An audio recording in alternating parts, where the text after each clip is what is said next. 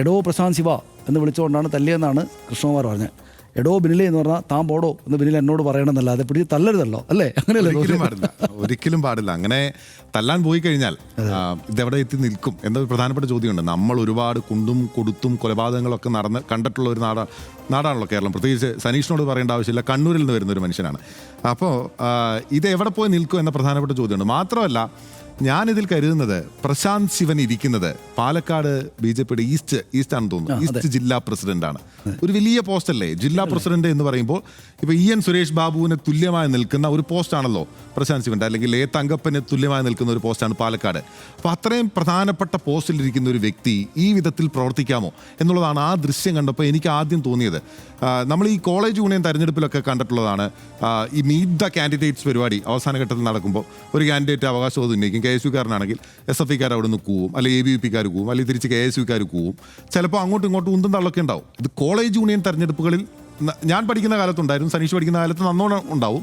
ഇന്നത്തെ കാലത്ത് അത് വളരെ കുറഞ്ഞു വന്നു. കാരണം കുട്ടികൾ ആ വിധത്തിലൊക്കെ തിരിച്ചറിയുന്നുണ്ട്. അപ്പോൾ അതിനിടയിലാണ് ഇത്രയും പ്രധാനപ്പെട്ട പദവിയിലിരിക്കുന്ന ഒരു വ്യക്തി ഈ വിധത്തിൽ യഥാർത്ഥത്തിൽ ഒരു ഹയറാർക്കി നോക്കുകയാണെങ്കിൽ ആർഷോ ഈ ഹയറാർക്കിയിൽ താഴെ നിൽക്കുന്ന ഒരു വ്യക്തിയാണ്, ജില്ലാ കമ്മിറ്റി അംഗം മാത്രമാണ്. അപ്പം അങ്ങനെ പെരുമാറാൻ പാടുണ്ടോ എന്നുള്ളത് അദ്ദേഹം ചിന്തിക്കേണ്ടതാണ്, അദ്ദേഹത്തിൻ്റെ പാർട്ടിയുടെ നേതാക്കൾ ചിന്തിക്കേണ്ടതാണ്. ഇപ്പോൾ ഈ C കൃഷ്ണകുമാർ അല്ലാതെ മറ്റാരെങ്കിലും ഇക്കാര്യത്തിൽ പ്രതികരണം നടത്തിയിട്ടുണ്ടോ എന്നുള്ളത് ഞാൻ കണ്ടിട്ടില്ല. രാജീവ് ചന്ദ്രശേഖർ ഉൾപ്പെടെ പ്രതികരണം എന്താണെന്ന് അറിയേണ്ടതുണ്ട്. ഈ വിധത്തിൽ നേരത്തെ ഒരു വ്യക്തി അധിക്ഷേപ പരാമർശം വന്നപ്പോൾ രാജീവ് ചന്ദ്രശേഖരൻ ഉൾപ്പെടെ മറ്റൊരു നേതാവിന്, ആരെയാണെന്ന് എനിക്ക് ഓർമ്മയില്ല, അത് തള്ളി പറഞ്ഞിരുന്നു ഈ വളരെ അടുത്ത കാലത്ത്.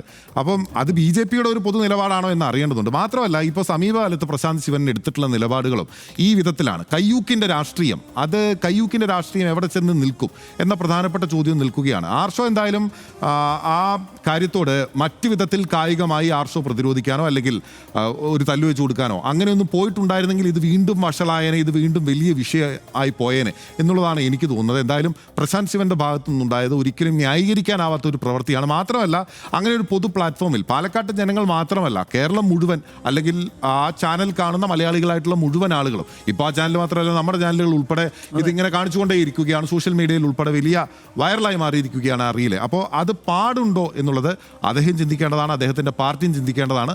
മാത്രമല്ല, ഇത്തരം ആളുകളെ ഇത്രയും വലിയ പദവിയിലേക്ക് എത്തിക്കുമ്പം ആ പാർട്ടി തന്നെ സ്വയം ചിന്തിക്കണം, ഇത്തരം ആളുകൾക്ക് ആ പദവിയിൽ ഇരിക്കാൻ പാടുണ്ടോ എന്നുള്ളതാണ് എൻ്റെ വ്യക്തിപരമായിട്ട്. നിശ്ചയമായിട്ടും